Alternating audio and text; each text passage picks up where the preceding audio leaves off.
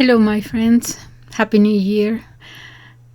I have been thinking about this for the last couple of days, about preaching a sermon. It's my one and only, I hope. And here goes.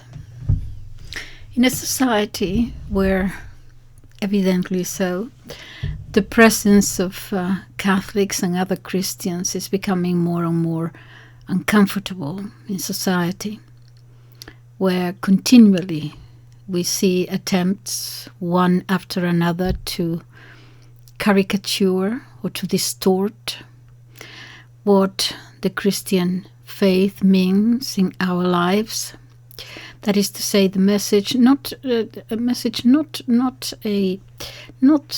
that lesson that we learn when we are children, but rather a living testimony, living witness that we should offer the world and the society in which we live.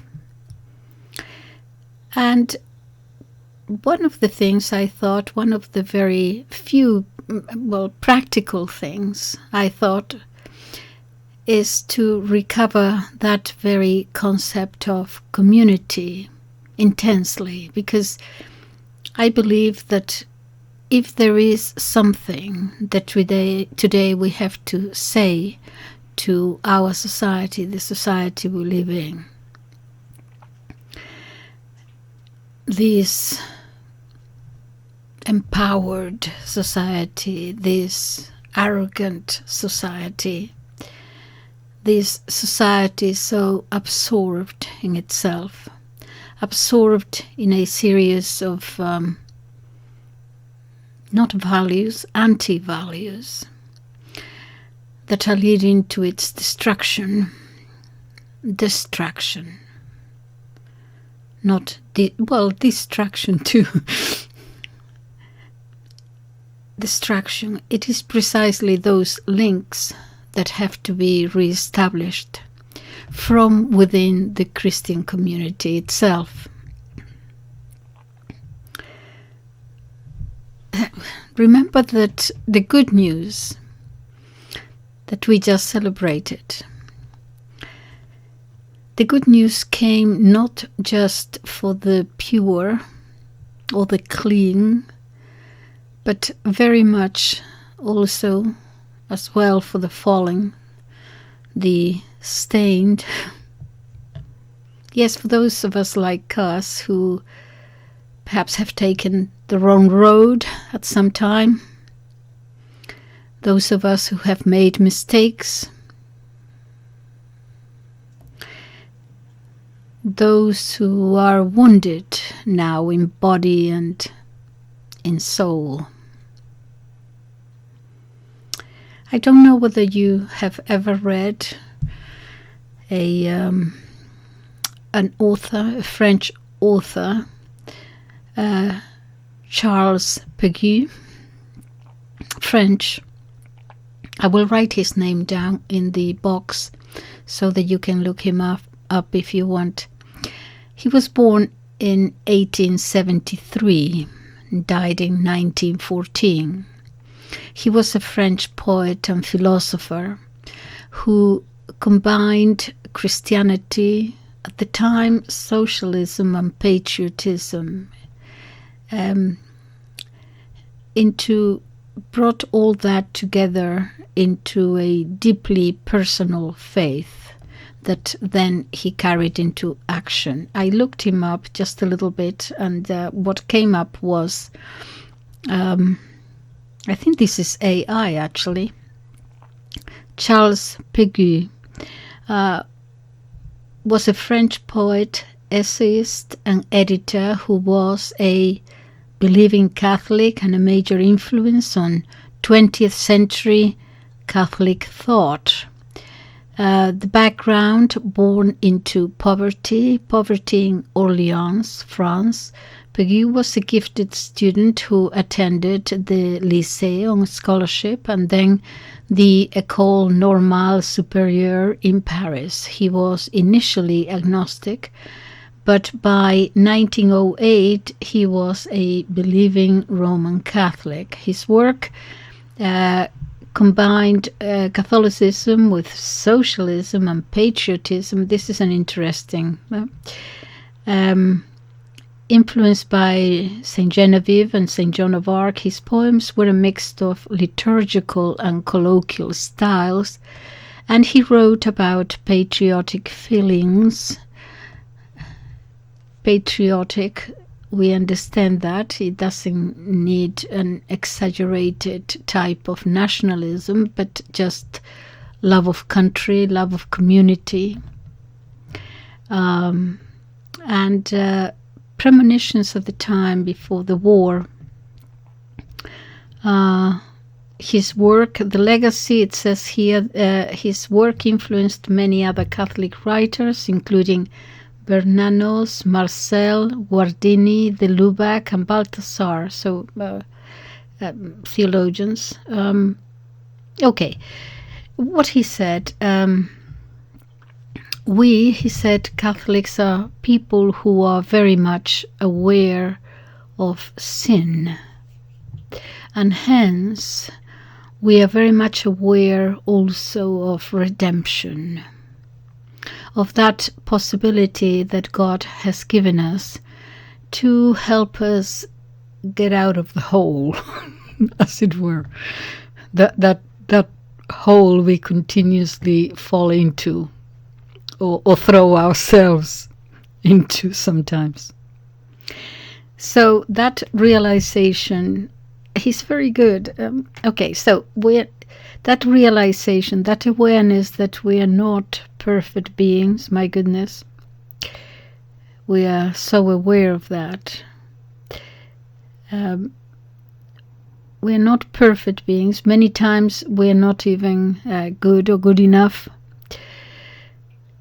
Nor do we go around preaching hell and brimstone to a society that is splashing out about in sin, but we rather wish to speak to society from where we are in that muddy place, from that quagmire that sometimes in which we find ourselves in ourselves. And our communication with them, with the rest of society, has to come from that awareness of knowing that we ourselves are also stained and dirty and fallen. I think actually well worth reading. Okay, I think that this was, when you think about it, the original force that Christianity had. And in this sense, it is important to define what our Christian mission is. What is the mission of a Christian person in society today, in this society?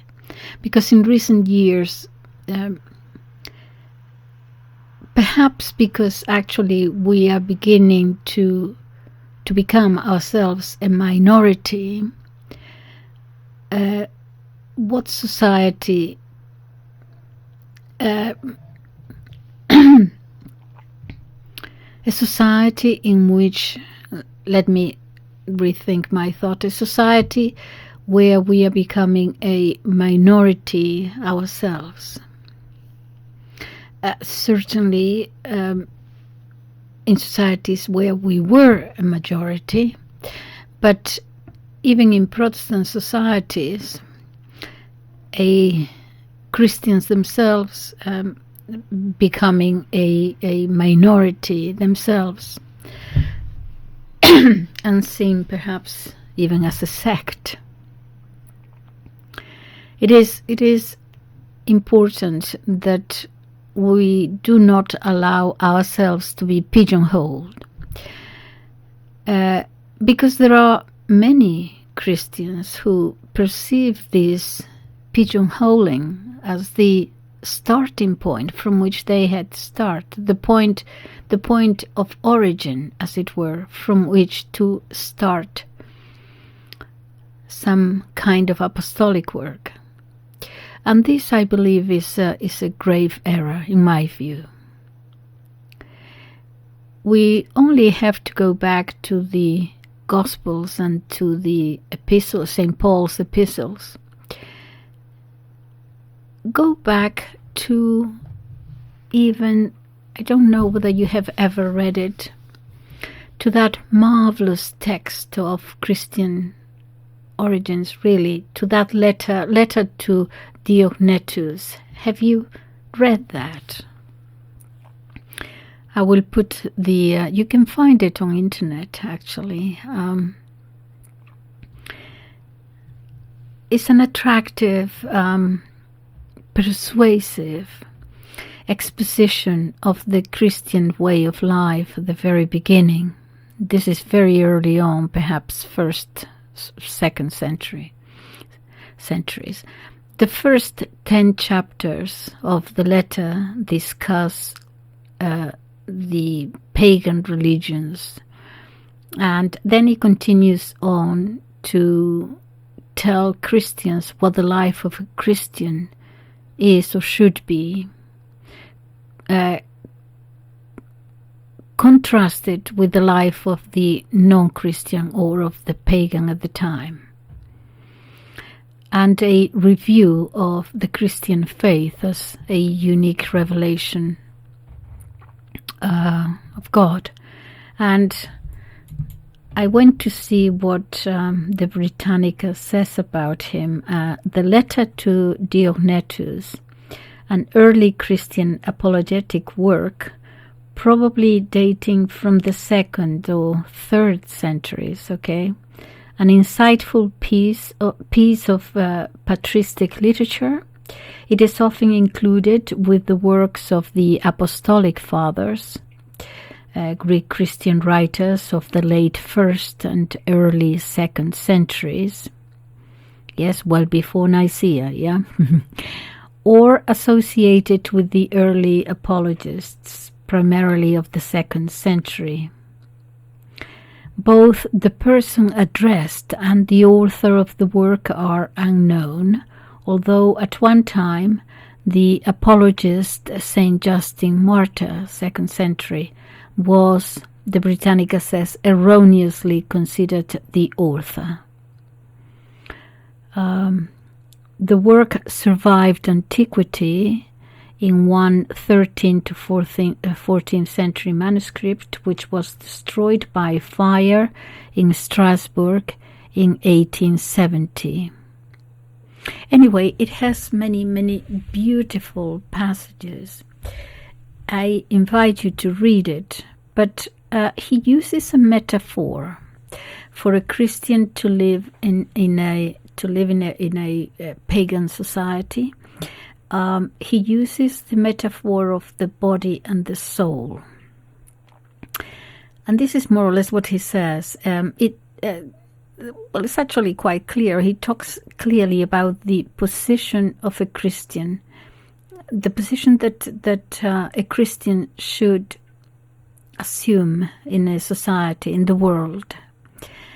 And I am, when I say the world here, I mean the word world in the theological sense that Christian tradition has always given it, the world. That place in which we have to be, where we have the obligation to be, and from which we should not be allow ourselves to desert. And this is important to understand. We cannot leave the world, we cannot desert from the world, but at the same time, we cannot be of the world. This is the great Christian paradox, and it is the great beauty of that Christian commitment to be in the world, but not of the world. In this letter to Diognetus, it is explained to us that this is as difficult as it would be.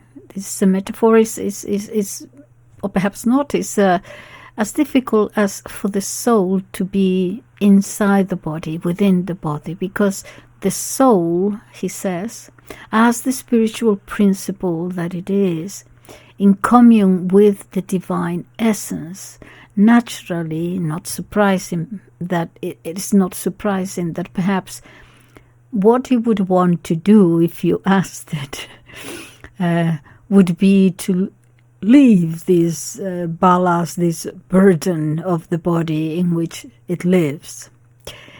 Even in the most disagreeable of bodies, there it is, the soul inside, within us.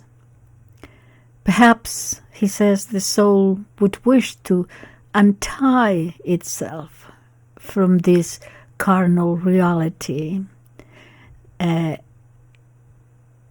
is, dragging along with the heritage of sin.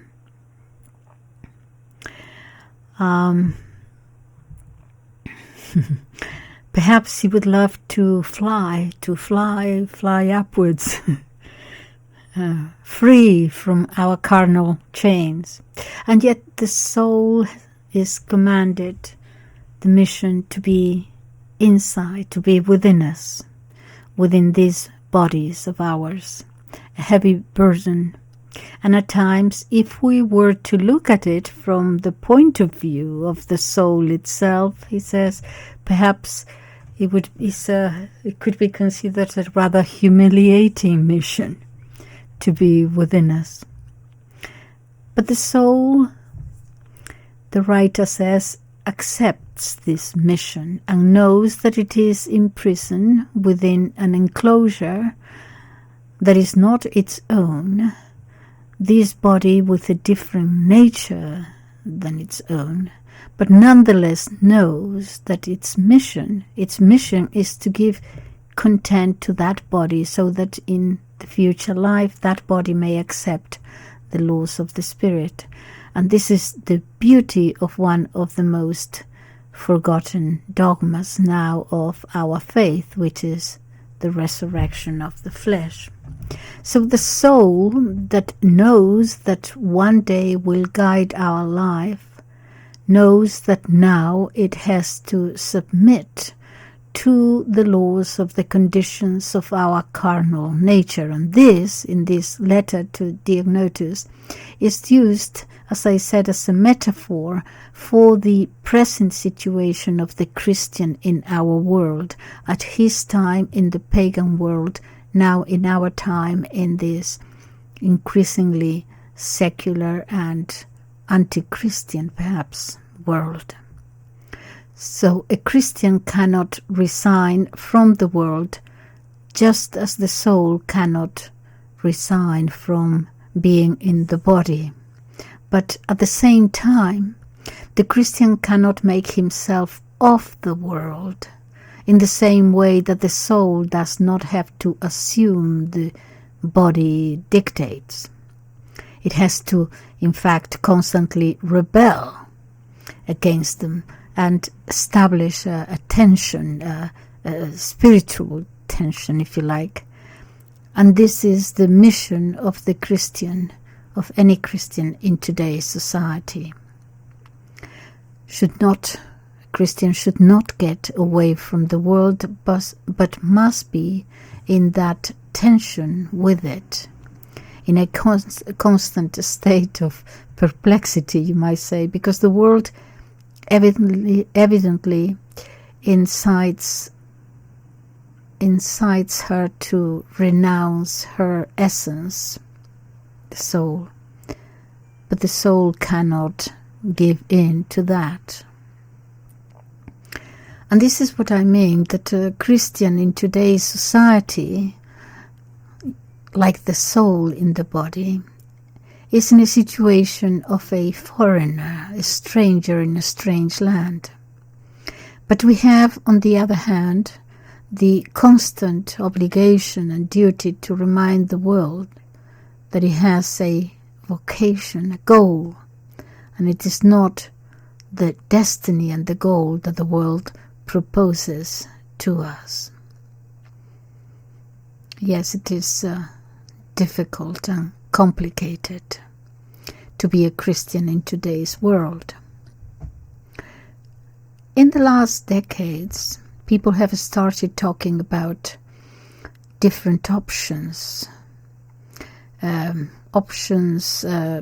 to how to live in this world when so much is and goes against us.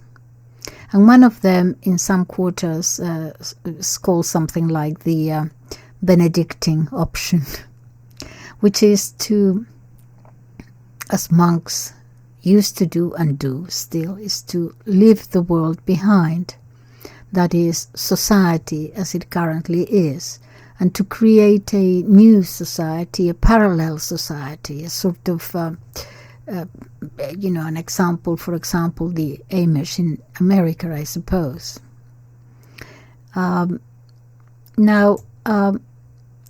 But let us not confuse, because the monks, there are different reasons.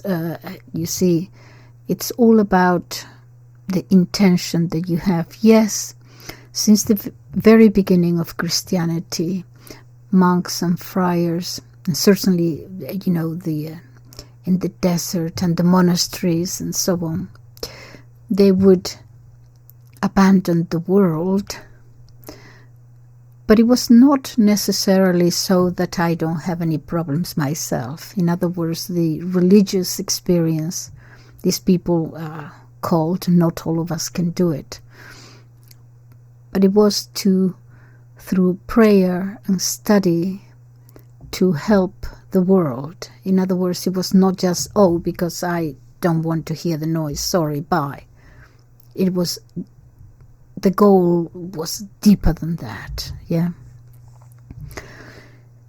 Now, if that is what these groups want, in other words, we want to create a community where we can bring up our children, not just for us to say goodbye world, but so that we can be an example to others. I would agree with that. If it is just that society is difficult and complicated, and so, that's it, I'm just going to look after myself, then I wouldn't agree with that myself. I understand where they're coming from, and it is not easy today to be a Christian, certainly not a Catholic. But I'm not absolutely sure that it is the best option because of this, because, as I said, goals and intentions and motives are very important here.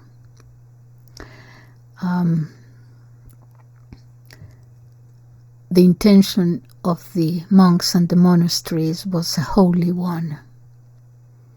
They did not retire to find an easier life. They do not retire to avoid everyday problems, just to, avoid that infernal noise and live in peaceful surroundings. That might be the goal of other monks in other religions, I don't know, but it is not, it cannot be the main objective with monks and friars in the Catholic Church. This thing about abandoning the world is an old one. It has been with us forever. Horatius wrote about this.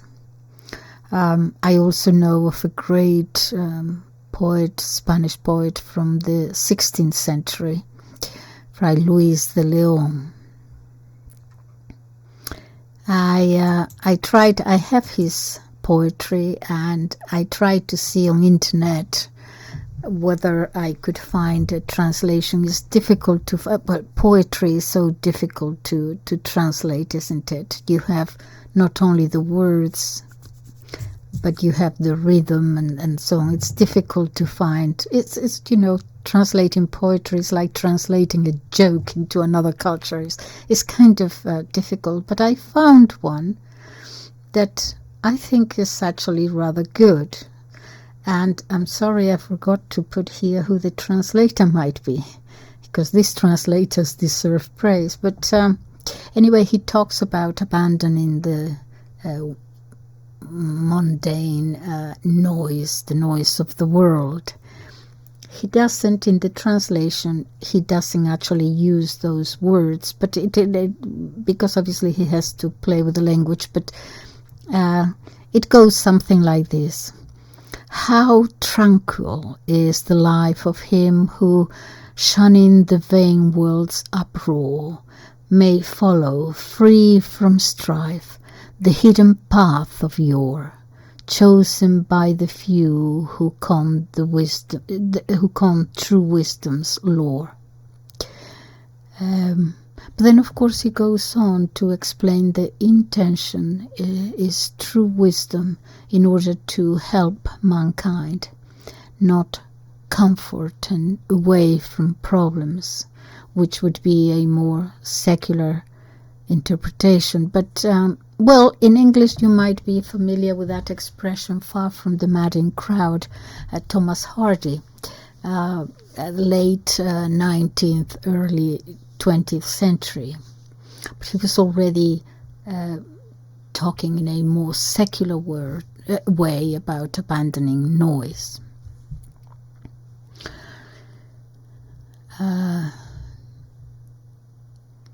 So what the monks actually are doing is, let's give Christ a hand in carrying that cross to Calvary, carrying the sins of the world. But anyway, okay, so we enter here now in the political and the social and Catholic political and social teachings. And it is essential that we understand that that is always going to be, they're always going to be governed by the common good. In other words, we're taught we cannot just seek the individual, the one particular good, but in a certain way sacrifice, immolate, if you want, our own particular good and try to cooperate. We don't need to go against it, but as long as it doesn't go against, try to cooperate in the common good of society. I don't know, perhaps some of you listening there are theologians and doctors of the church that might agree or disagree with this, to corroborate or debate my argument, but I think that that is a Catholic's mission, or it has to be. A Catholic and a Christian in the world that we are living in today, adverse and hostile, to say the least, still has to try to cooperate in the common good, and that demands of us to be in the world, which does not mean that we have to adopt the manners and the ways and the language of the world, the mores of the world. On the contrary, to continue with that metaphor of the soul never adopts the language of the flesh. The soul always reminds the flesh. In other words, you remember that old lesson that we used to have, to preach with the example? Of course, to speak with the world and send our own distinctive message is getting to be more and more difficult, almost impossible. The church, in this case, the hierarchy, the visible, the ecclesiastical hierarchy throughout history took on different ways, different, let's say, strategies, if you like, in order to respond to the world. And her position, the position of the church vis-a-vis the world, has changed throughout time. At the beginning, it had to face a situation of open persecution. Other times, it was a more relaxed era, or a more relaxed or not so intense persecution. And then there was persecution from the outside, and then persecution from the inside, and then infiltration, and so on. So throughout history, the church had to deal with these new, different ways of where the world was, and apply different languages, if you like. But from the Edict of Milan, Christian faith became the legal, shall I say, the constitutive faith, let's put it that way. The faith within a political and social organization. And it was like that for many, many centuries, over 1,000 years. But with the break-up of Christendom, brought about by Luther and various other rebellions, sometimes in good faith, others encouraged by political motives, in any case against the church, against Rome, and especially with later on with the liberal revolutions that followed Protestantism, or that Protestantism gave way to eventually. The church ceased to have that, obviously, that hegemonic position in the world. And sometimes that came about in a traumatic way, other times more gradually, but it has now stopped having the main voice, the central discourse in the West, in modern societies. That discourse, that voice today, the church no longer has it. Especially for the last 2 centuries, the 19th and the 20th, the church attacked openly from the outside, infiltrated from the inside. Through all that, the hierarchy adopted different strategies to respond to the world, sometimes dubious ones. Well, we cannot pass judgment entirely on what came before, perhaps, but certainly until the 60s. But now we see it clearly from the 50s and 60s onward.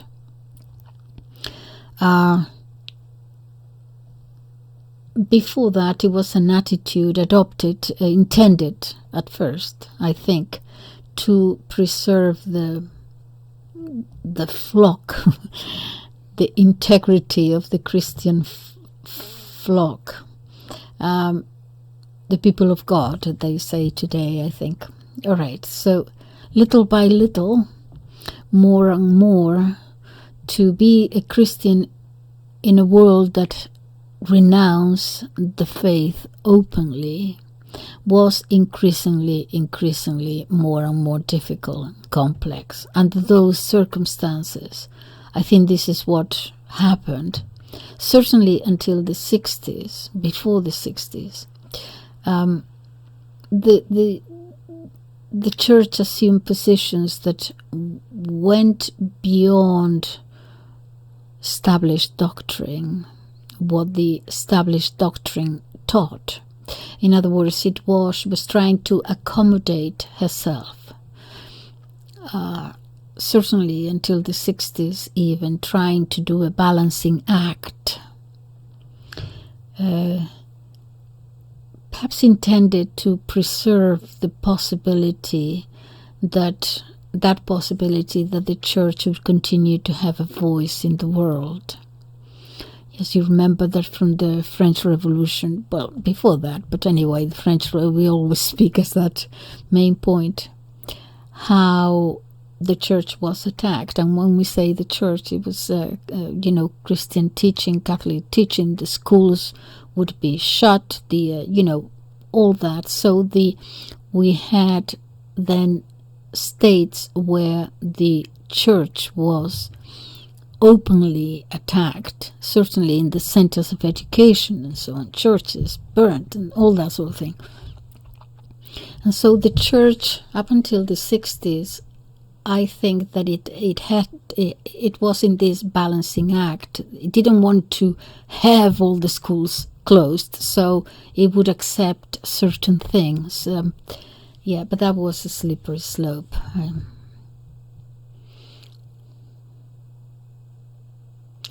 And that began to change gradually, adapting herself to rampant political secularism, progressive liberalism. That is what she was doing at first. The church considered that there were still many more Catholic peoples, certainly in the Catholic countries, in the Catholic world. There were many more Catholic peoples than secular or liberal ones. And the church considered that it could still maintain a position of a certain hegemony in a world that was beginning to get very much de-Christianized. So they were attempting to preserve at least what they had. Later, the church tries to, let's say, baptize certain legal and political and philosophical positions which were not strictly Catholic, but that somehow allowed it to continue with its apostolic work in society.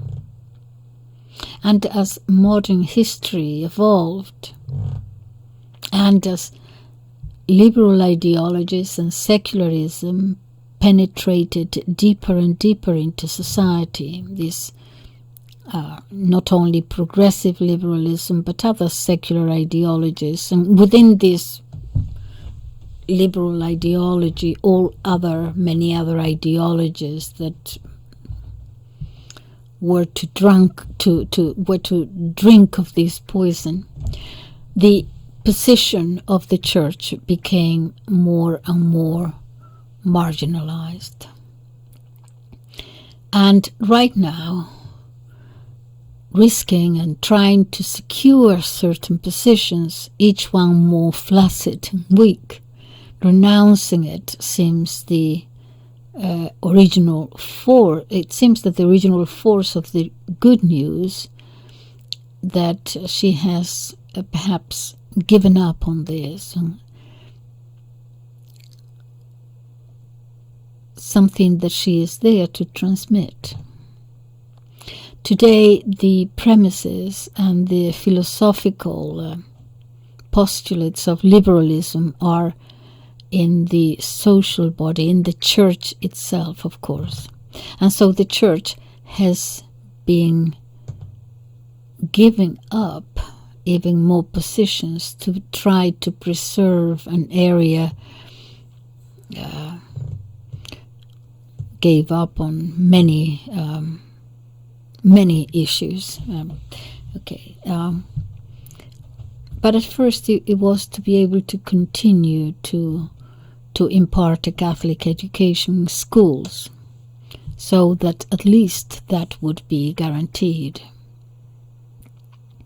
But of course, now they don't even have that. The more they gave in, the more the others... Well, this happens in politics too. If you start giving in, your opponents advance even more. We actually are now in a situation where objection of conscience, for example, is no longer going to be allowed in the case of, I believe it's in France, in the case of doctors with abortion. That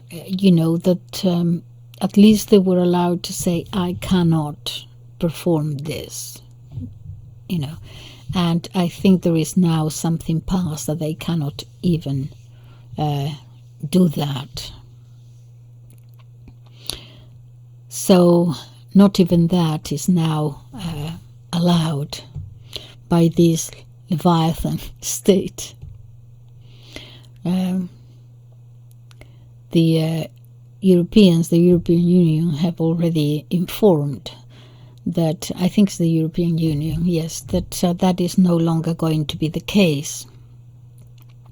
And they tell us that this objection of conscience goes, they have to sort of twist around like pretzels to say that this actually goes against human rights. Human rights. I think the time has come once more when we Catholics, we have to rethink our position in the world, in this society, in the West.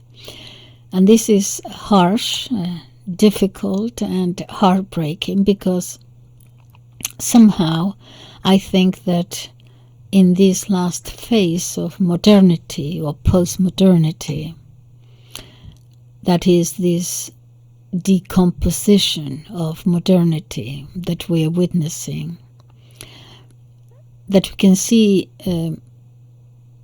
has started after the great conflicts of the 20th century, along with the whole development, how the church dealt with that from the 50s onwards until our times. I think this world, this postmodern world, is collapsing.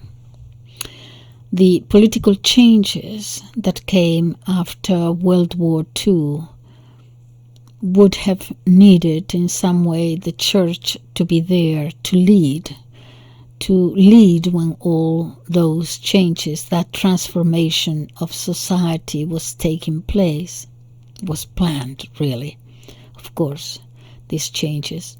But the church wasn't. It sought instead to go along with them.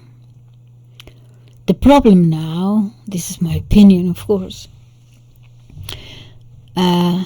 is that we have reached a stage where the church is considered no longer necessary. It was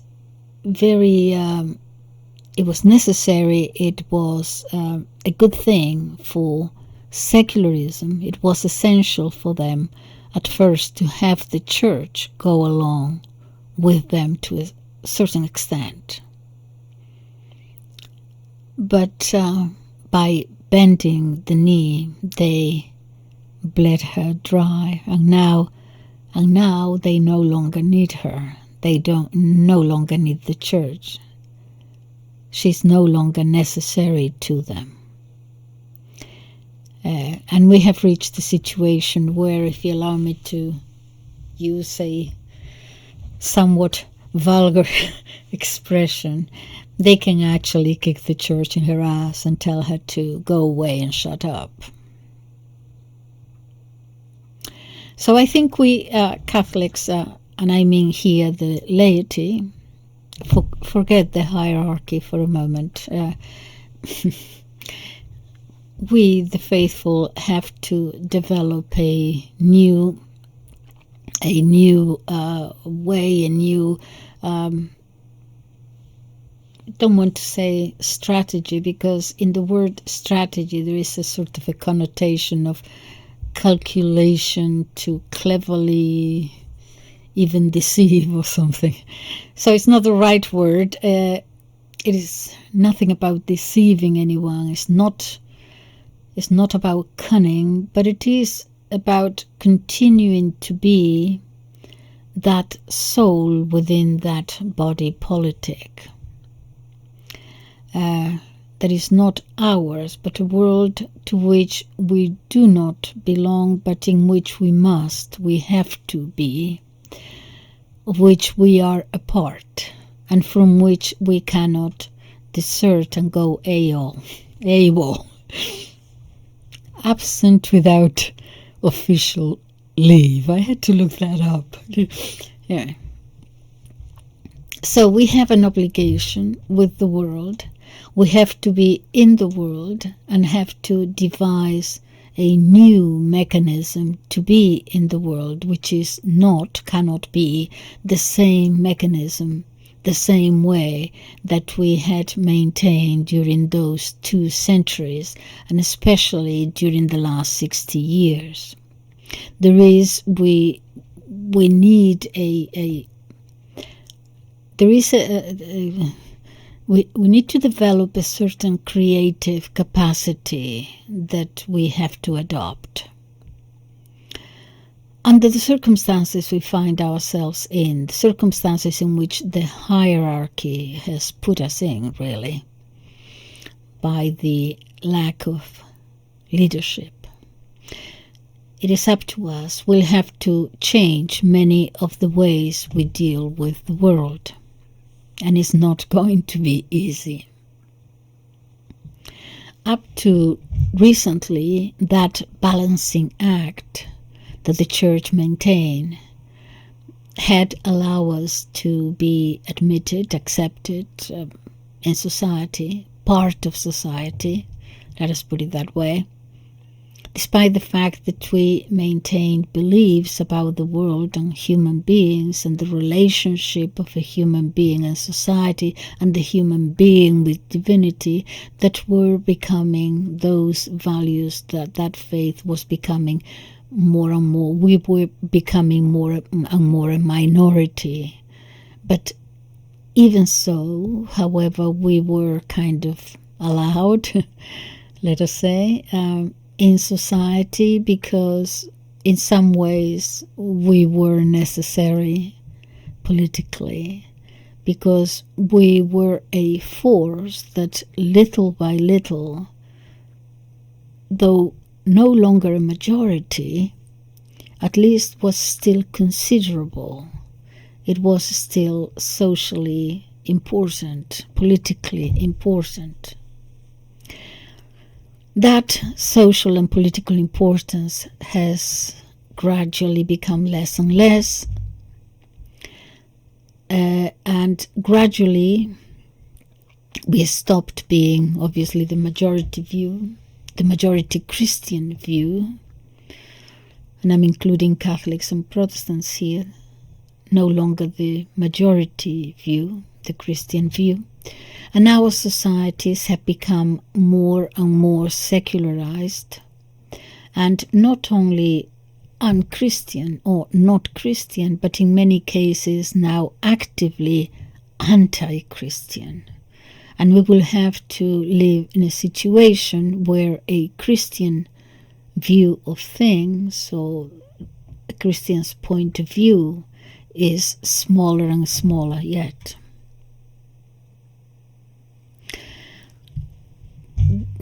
This is hard to say, and it is hard to hear, and it's hard to accept.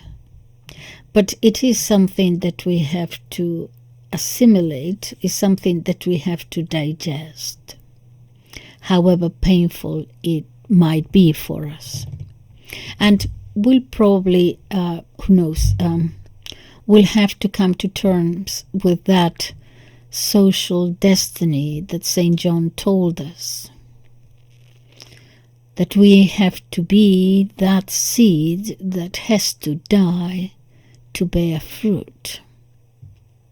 And that's even harder, but we have to accept it because it's part of what our Lord actually anticipated to us. So how, being in a world increasingly more hostile, more adverse to us, more and more openly hostile to Christianity, the speed at which anti-Christian legislation and regulations and laws are going at such a dizzying speed. Those of us of a certain age have lived through it. Well, just to quote the obvious one,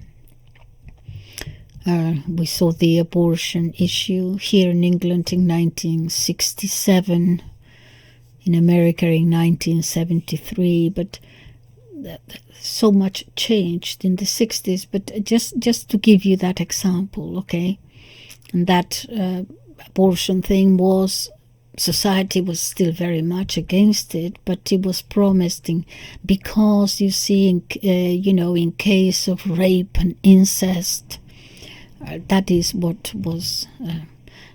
But here we are. So many examples that you can think of. And some of us have lived through all of this. All that legislation, more gradual at first and now increasing speed. I can think of many others, some recent. And so all these have been decomposing those ties upon which a Christian society was based. Those links, those ties, that base has been taken out today.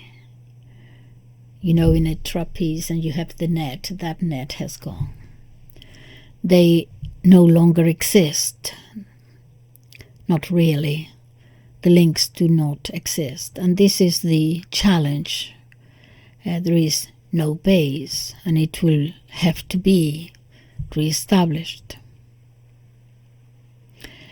And this challenge has many sides, has many faces, has many angles.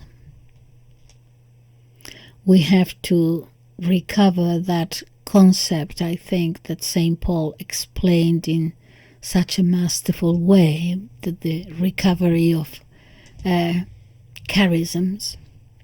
That is to say, Christians as souls inserted in the world, we have to make our vision of the world and our faith reach our neighbor through our personal charisms. And that demands certain risks in certain aspects of our lives, and at the same time develop, if you allow me the word, though I don't think it is appropriate, to develop certain skills, a certain know-how, forgive the words I'm using, the ability to communicate with the world and in the world, certain ability to, is it a cunning or design or know-how, have to learn how to talk and get across in a language that the church might still be using, but is no longer appropriate. Let's say we have to use strategic prudence. You know how in the wars, when they talk about Putin or the escalation or whatever, they say, no, he's not going to retaliate right away. He's using, I think they say strategic patience. In other words, no, I'm not going to retaliate how you want me, when you want me, where you want me. I'm going to do it in my own terms, as it were. Yeah, that is what I'm talking about when dealing with our adversaries in the world. Our Lord told us that we have to be as candid as doves and cunning as serpents. So I don't apologize for the word now. Frequently in our lives today, we want to be, or we are expected to be, only candid as doves, never If you're a Christian, oh no, never cunning as snakes. But we're talking about communication and how to confront your enemy, and we have to develop that capacity. I'm going to explain what I mean. If you're only a dove, that is what makes others blackmail us in many ways, morally so. Oh, but you're a Christian, so you are supposed not to complain. You're supposed to turn the other cheek, and so on. As if someone comes to your house to rape your wife and daughter, you're supposed to, just turn the other cheek. No. We understand that. There is an obligation there, and that must be understood. So what does this demand of us? First, the intelligence not to fight the battle right there where the world wants us to fight it. Let's keep this in mind. The world, speaking theologically, the world, in order to destroy the faith, will always want to throw baits at us, to which baits we will throw ourselves impulsively. We cannot and should not accept these terms, the terms of the enemy, of the adversary. We do not have to accept those baits or how the battle is or where is going to be fought. And at the same time, develop ways ourselves to evangelize or to preach with example in ways that the world does not anticipate. The places where they obviously have missed, they themselves have missed the mark, have missed the target. What do I mean? Right now, there are many Catholics working on the margins, as it were, with people who are totally, for many different reasons, marginalized. The church, people in the church have always done that, but they are choosing the strategy. I mean, when I mean marginalize, I'm not just talking politically or socially. I mean working with people who have been destroyed by the dominant mentality, and who in the coming years will be much more so through laws that legislate the decomposition of Christian anthropology in a radical and absolutely hostile way. I think the world in which we live, and the world in which we are going to live, and our children and grandchildren are going to live, is going to generate, create a humanity, a suffering humanity. It's already doing so. I read somewhere that 20% of children suffer from anxiety problems, and children with mental problems. Yes, this society is going to generate a humanity, suffering humanity, a humanity deeply divided, a humanity deeply hurt, a humanity deeply wounded and bleeding, a humanity which will then be abandoned, discarded, and thrown out. Because what this world wants now is our complete division, separation from each other, disconnected, complete de-religionized, absence of religion altogether. Why? Because religion teaches us about our common fraternity and about our common paternity that we all share.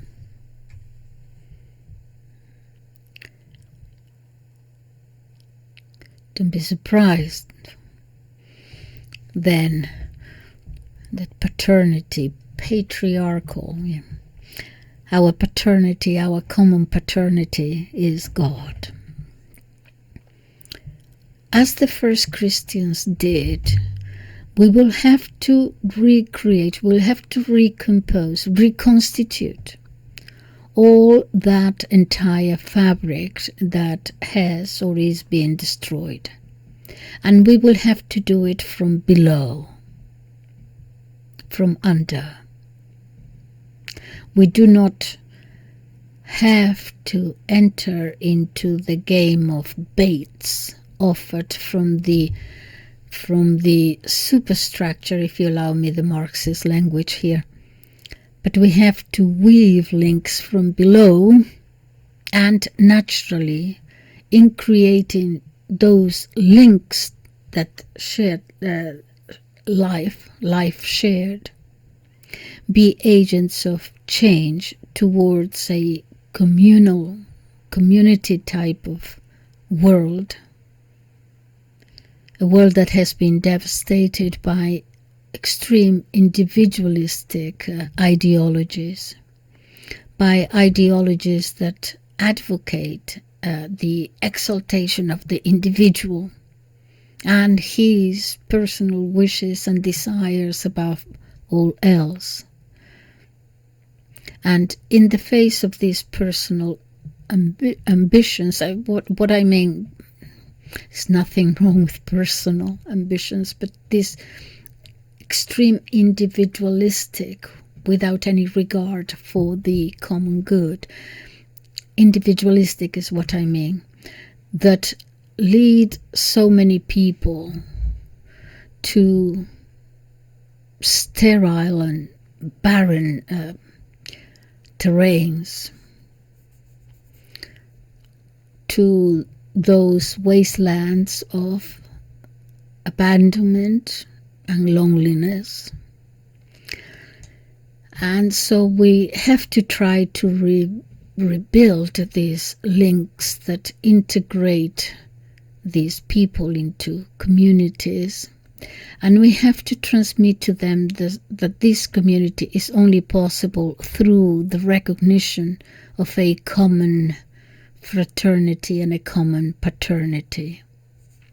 That beautiful, that dizzying idea that beyond our own personal sins, there is that belief, that redemption, and that redemption is for everyone. That redemption is a link that can be established with all white, black, brown, green, with the best and the worst and everyone in between. Prostitutes, well, sorry, I say prostitute only because it is the one example always used in literature to personify the fallen creature, which always at the end redeems the ones who thought that they were so clean and so pure, and it is the lowest in the society, the one that everyone spits up, the one that comes. Dostoevsky, Crime and Punishment, there, Sonia, so many examples. That is why I specifically said prostitutes as an example of, in literature, the fallen one. Not only literature, the Bible, the New Testament. But it's not only that, it's with everyone else. And I'm thinking of, the gays, the lesbians, the trans, everybody. Yes, everyone.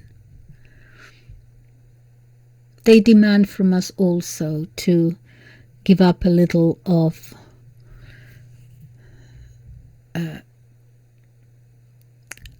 we have to give up a little also of that, shall I continue with the Marxist language, of that bourgeois life that some of us Catholics have embraced. We have to be aware that we might have to dust off some of those excessive comforts that we've grown used to, that way of life, the giving up of many comforts, but not only physical comforts, but also those preconceived ideas that are beyond, have nothing to do with our faith. We have to go back.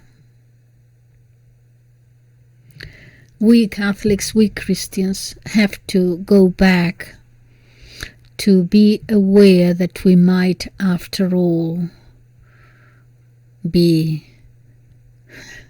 outcasts in this world, always with the prudence and the intelligence of being able to continue living in this world, which is what the first communities did. And when we speak of persecutions, we tend to think that the first Christians were persecuted continually for the first 300, 400, 500 years. Not quite so, not absolutely continually non-stopped. What happened was that the persecutions were done at specific moments in the history of that decadence within the Roman Empire, that decadence and degeneracy which was gradually being undermined, erased little by little by the Christian way of life that was putting a mirror to them. And they will start and then they will stop for a while and they will start again. And it was precisely when the persecutions always came when that wounded, dying, agonizing beast of moral degeneracy, as it was agonizing and dying, and so itself dying, that was the moment when it would start lashing about. And a new persecution would start. And they would lash out all over the place, here, there, everywhere, right, left, center. The more it decayed in its degeneracy, the more it lashed out. That is where we are beginning now. And so then a new persecution would start. And mind, those persecutions might be coming back. I don't want to give you bad news. It just have to be realistic.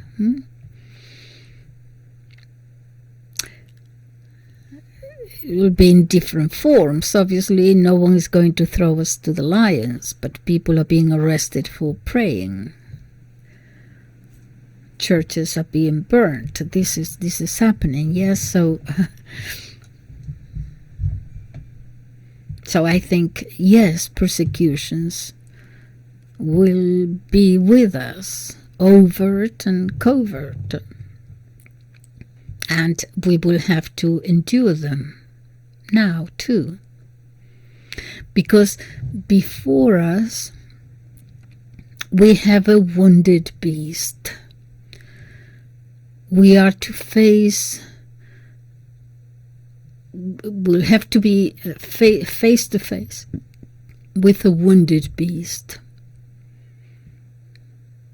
And so the sign of eventual victory, which is ours because our Lord promises that, taught us that, and also all the fathers of the church. The sign of victory that is ours in a supernatural sense is also ours through a simple analysis of reality as we see it today. The decomposition of the modern world is rampant, And therefore, we have to develop those abilities, those skills, so that knowing that persecutions will be unleashed, many ways, many forms, but they will be unleashed, and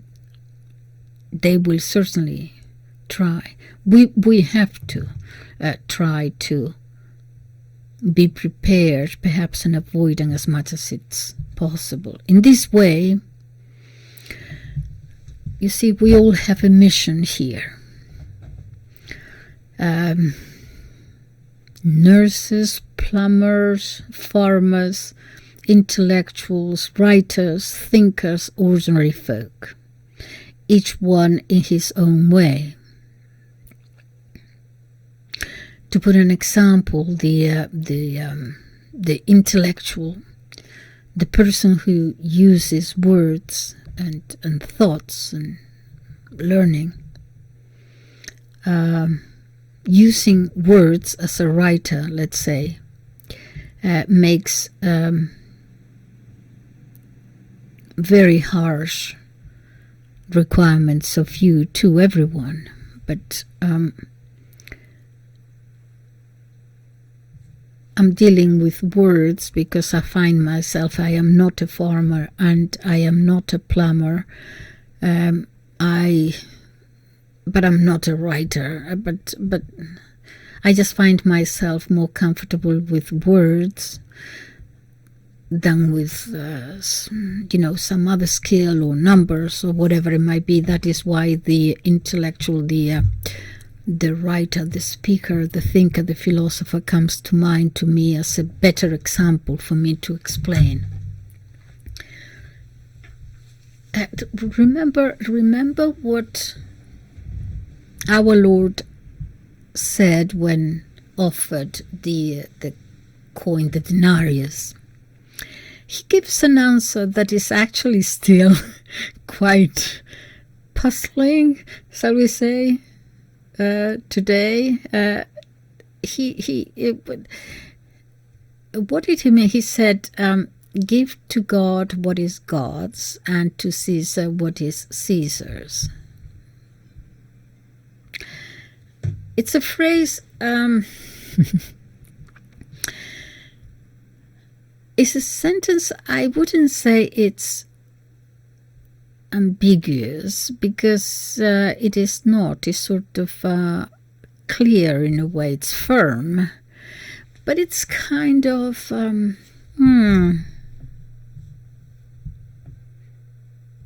versatile, polyvalent, multi-purpose. Yeah, but remember that Christ said many things that he knew would actually end up with him on the cross. Sometimes he even kept silent, as he did before Pontius Pilate, knowing besides that silence would harm him, certainly wasn't helping him. Pilate saying, "You don't speak? Are you not speaking to me? Don't you know who I am? Don't you know?" And so on. I'm saying that we have to be in complex situations, but it is true that those Catholics, those Christians who have the duty to be in the world, but not of the world, will have to affect the world through words, through letters, others through numbers and scientists, through words, through speech, through writing, by means of words. And so those people have some special responsibilities too, as everybody else. Responsibilities that might force the thinker or the writer to be on that cutting edge. To be on that cutting edge today many times will mean saying hard truths, strong, firm, forthrightly, that will get you into trouble. Yeah. But at the same time provoke a certain, by what you are pointing out, will create a revulsion against what is going on in the world. In other words, you will stir consciences. Many writers, the best authors whose works we read today and have marveled at throughout history, have done that. The ones whose work never dies, whose works live on, never turn their back to the truth. My goodness, there are many. Poets and prophets. The poet sees deeper, the prophet sees further. We need both.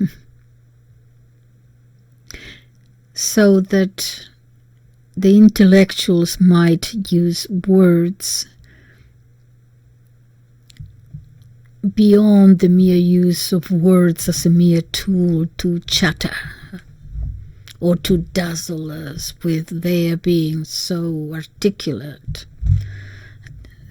having such a great command of the language.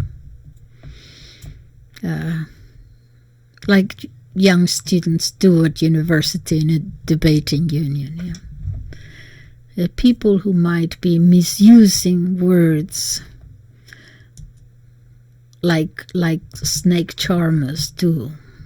That is what we have to avoid, and instead use the words as poets and prophets.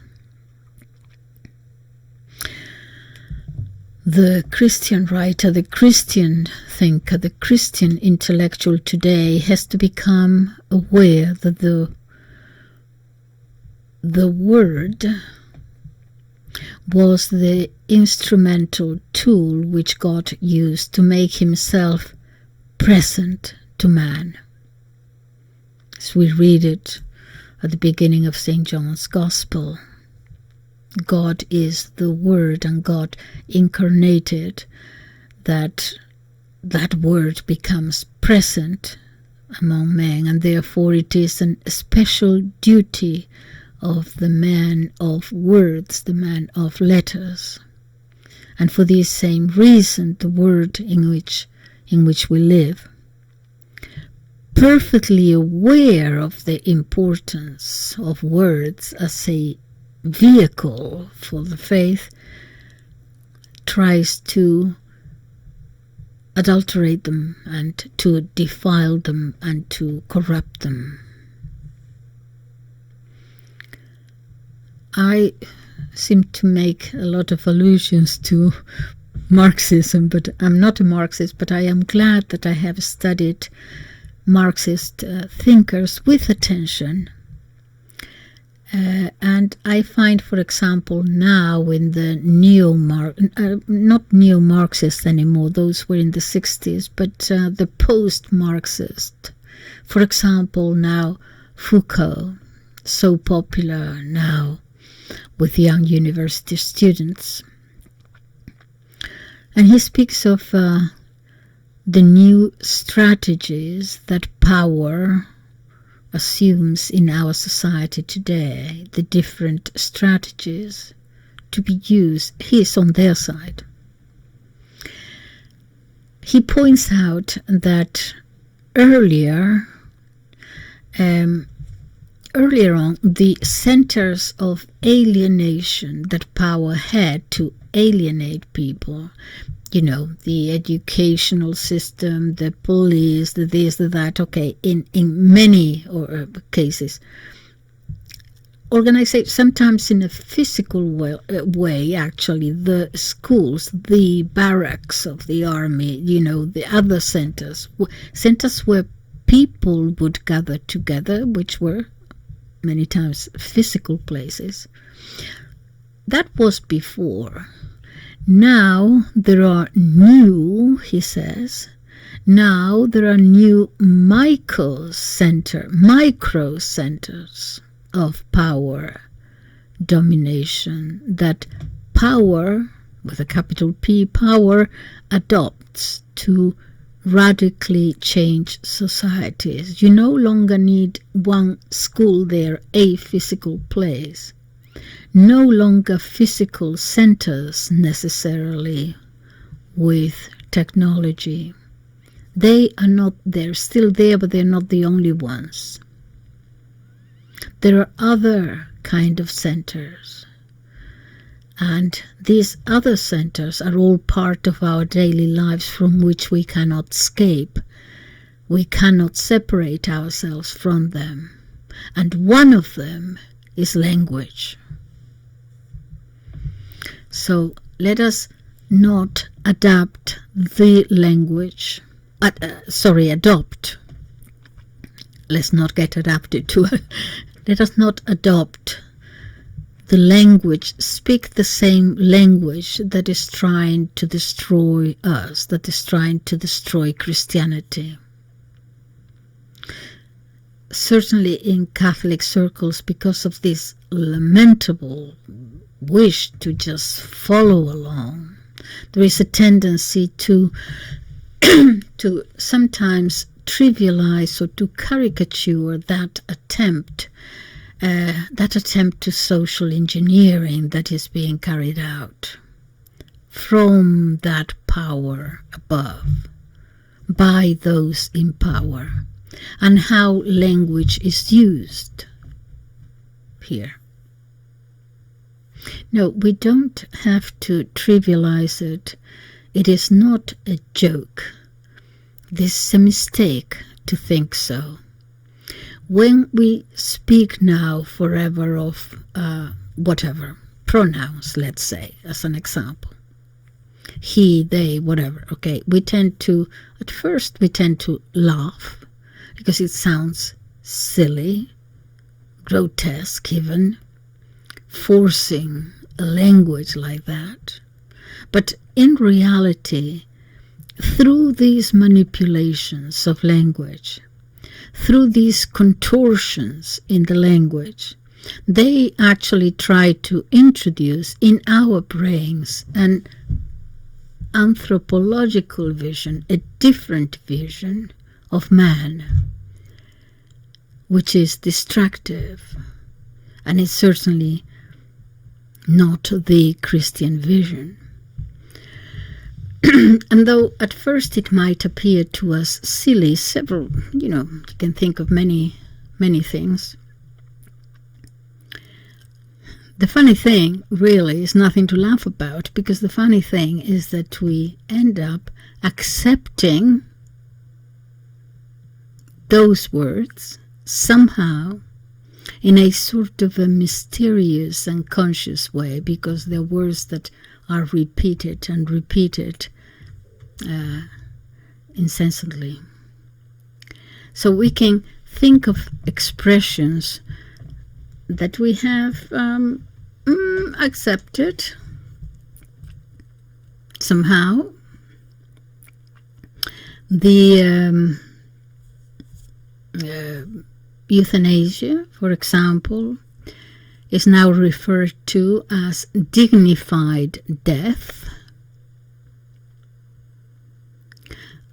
That, of course, is assuming that a person who wants to live, who decides to accept and cope with his suffering, perhaps even as an offering or a sacrifice, that this person is therefore one who is living an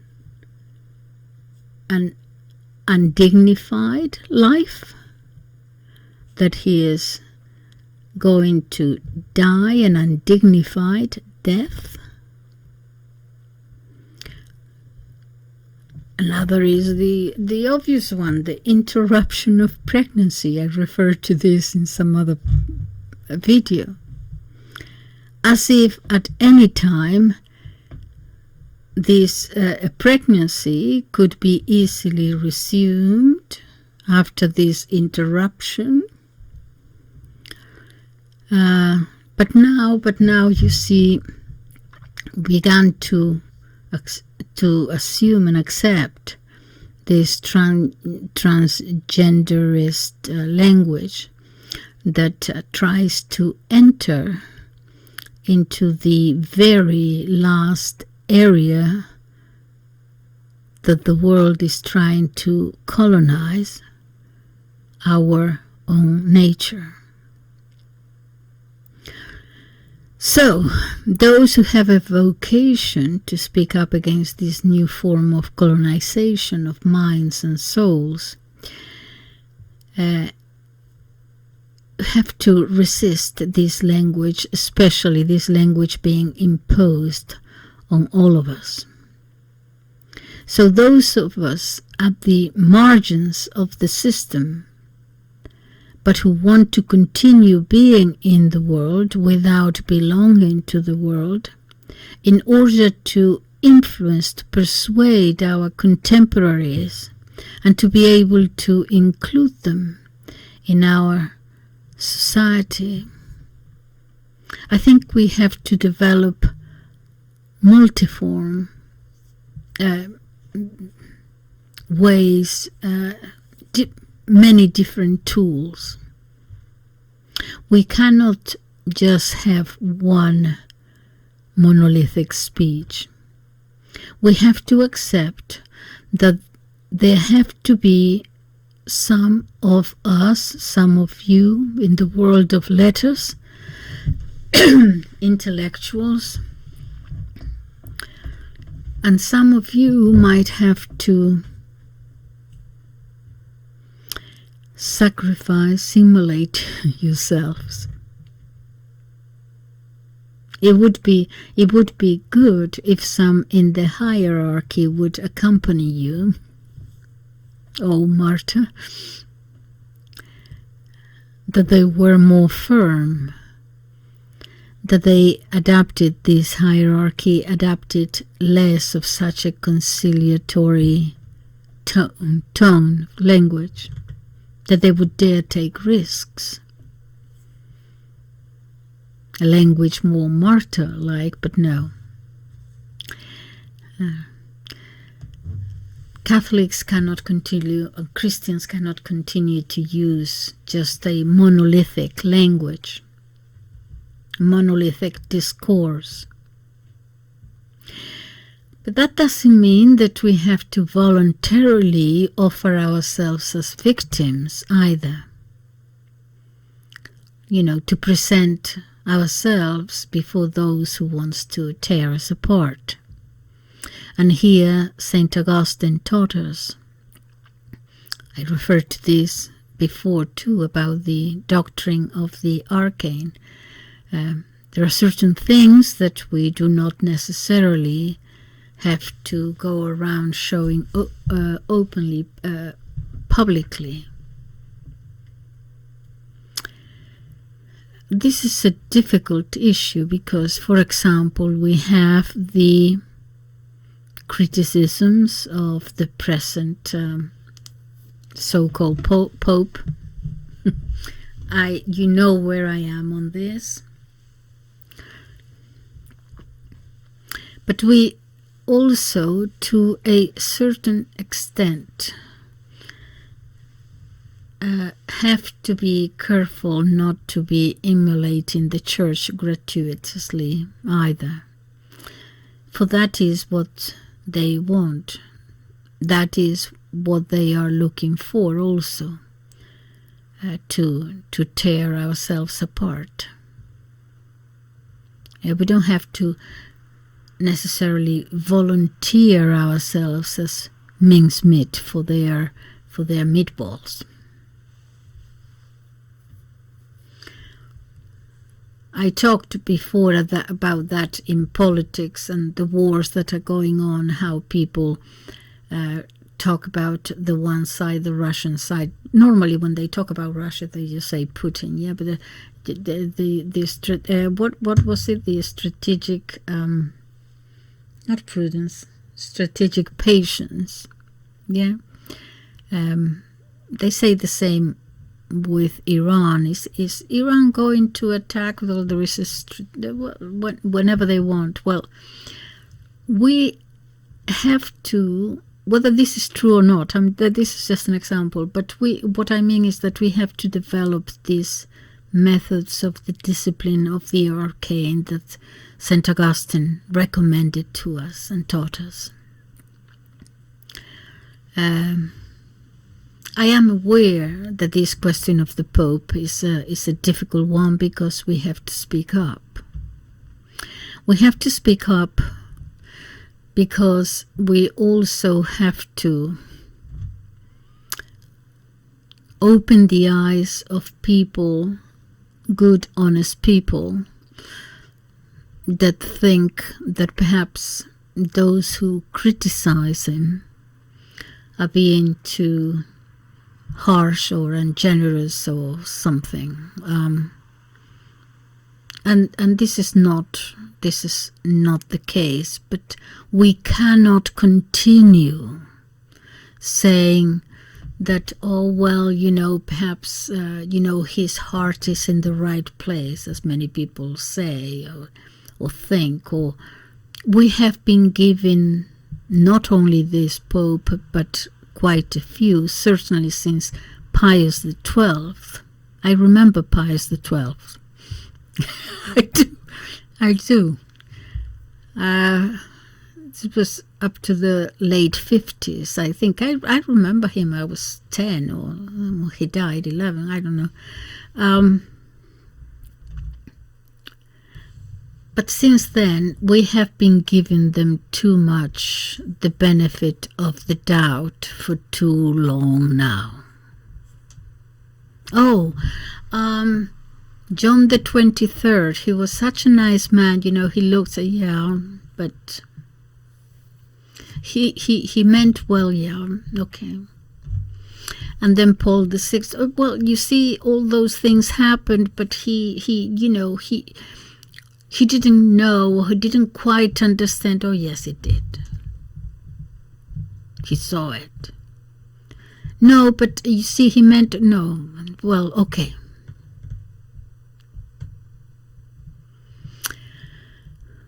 And then John Paul II, loved by everyone. He had was a great man, I'm sure, but he did a few things. He did a few things that perhaps he didn't, in this case, he probably didn't quite understand, because he was speaking the language still of being anti-communism and so on. And the world here in the West had already degenerated. I don't think he was. But again, and anyway, never mind. But this one, I don't know, because you cannot really, he's at first I thought, well, perhaps he's not this is 10 years ago, perhaps he's not totally aware of the repercussions that he's saying this. So I went through that. So yes, someone can make a mistake of communication, but then surely you surround yourself with people who would advise you and so on. That is, if it was in good faith, it was a mistake. But what he's doing is beyond a mistake.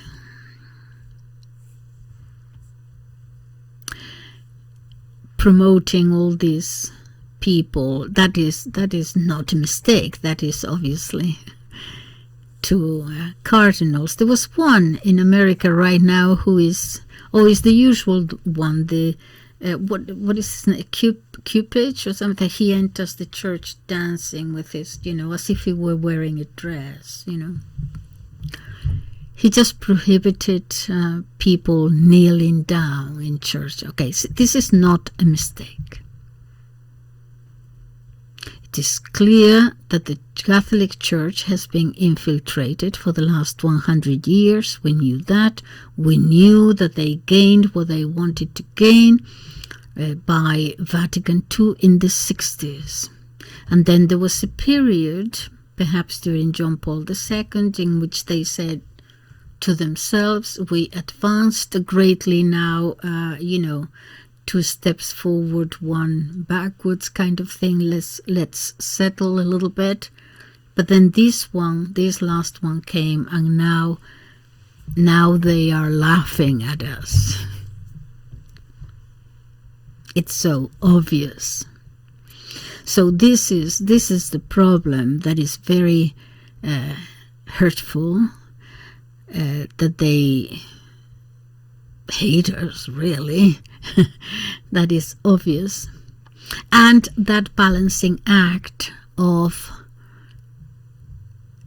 we having to speak out and yet not feeding the enemy, but we have to speak up, we have to tell the truth when it is so obvious. We can no longer go on giving the Vatican the benefit of the doubt. And perhaps with speaking out too, we will stir consciences, the conscience of good people and the consciences of people who are at the moment alienated and trampled on and shattered.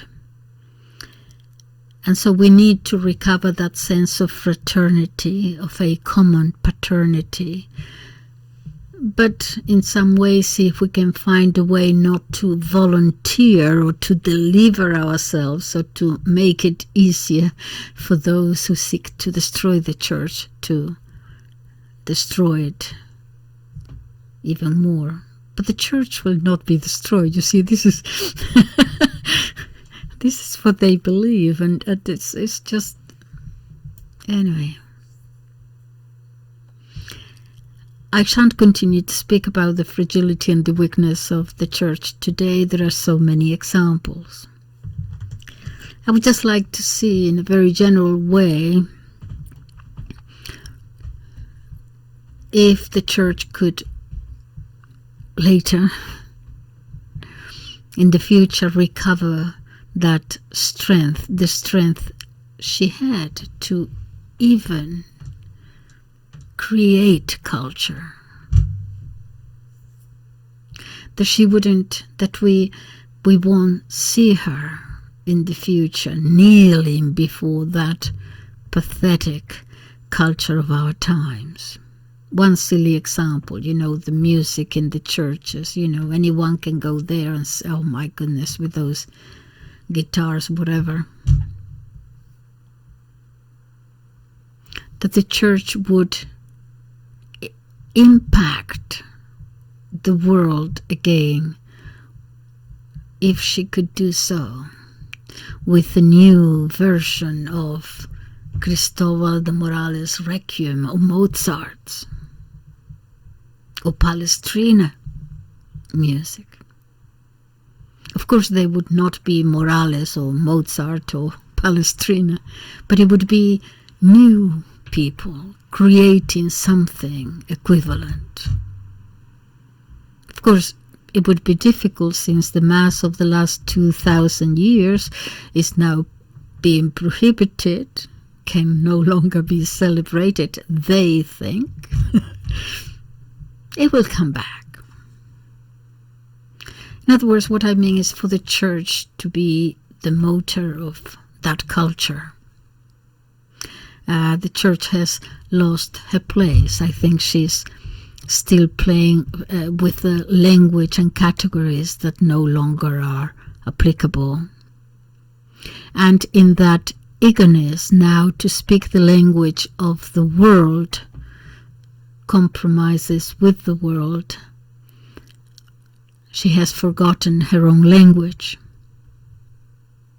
And that is what we have to fight for, to recover or create that new language that will attract, that will bring people in, to be groundbreaking, different, that will disconcert and disorient and baffle and confuse and perplex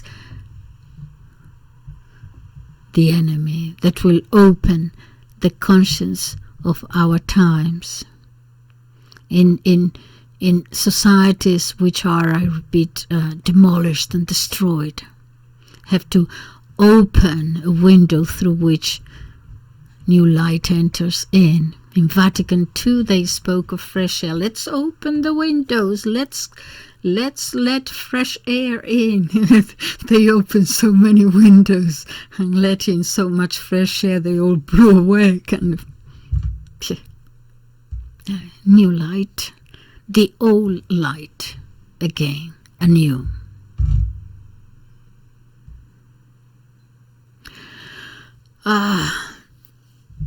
To continue with a minor example, whether or not to, for example, in this case, not to open the church to good music or not good music, but that's not the option. But to actually be in a position to create something so beautiful that those with the bad music would want to come in and emulate, attracted by its beauty. Not to just say, oh, this is better music. No, we will let him in. No. To create something so beautiful that those who play the bad music, this is a stupid example, but those who play the bad music would try to emulate it and copy it. Put the tradition there and the young will come, they'll flock in. I see it everywhere. And this is the challenge. And we have to break with these attitudes today, a little too willing to follow, too willing to compromise and assume that our destiny, our final destiny, that horizon of the Christian community of Christians, accept that might be persecution, this is for sure. It has been anticipated to us by our Lord. We know that at the end of time there will be a great persecution that we will not be able to avoid, but we have to continue to maintain our position, which is to continue in the world and create a new language that challenges that world, that disconcerts that world, that upsets that world, that subverts the parameters in which it operates.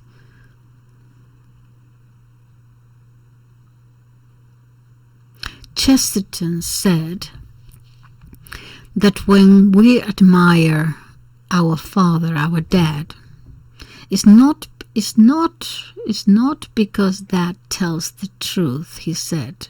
Not necessarily just because of that, but because that, when we truly admire him, is a living truth.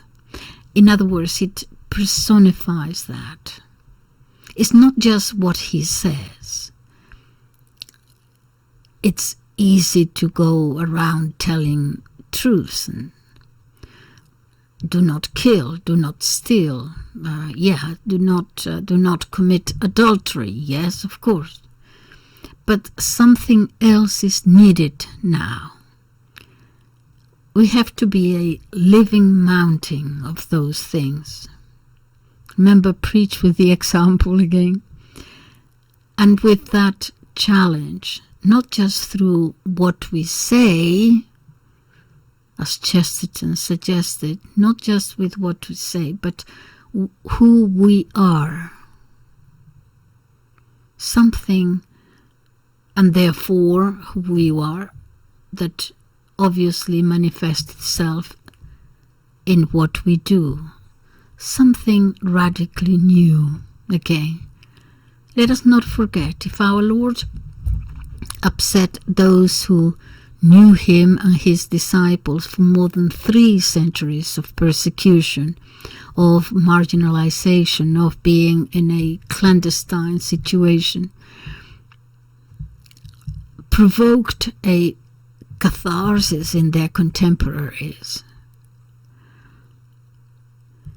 It was fundamentally because the contemporaries of the Christians discovered in them people who challenged all established codes, but challenged them not by talking, even if some of them had golden tongues like Saint Chrysostom, that great saint, but because their way of life was an expression of what they preached. And this is fundamental right now, because it is now that we are engaged in a singular battle. To be in the world and of this is the battle. To be in the world of this world, or to desert the world. The one that's most difficult is to be in the world, but not of this world. To be engaged in battle in enemy's territory. That's where we Christians are today. I say, let us not abandon our position in that fight. Thank you. I will appreciate if you like, subscribe, share, all that. Thank you very much. Bye-bye.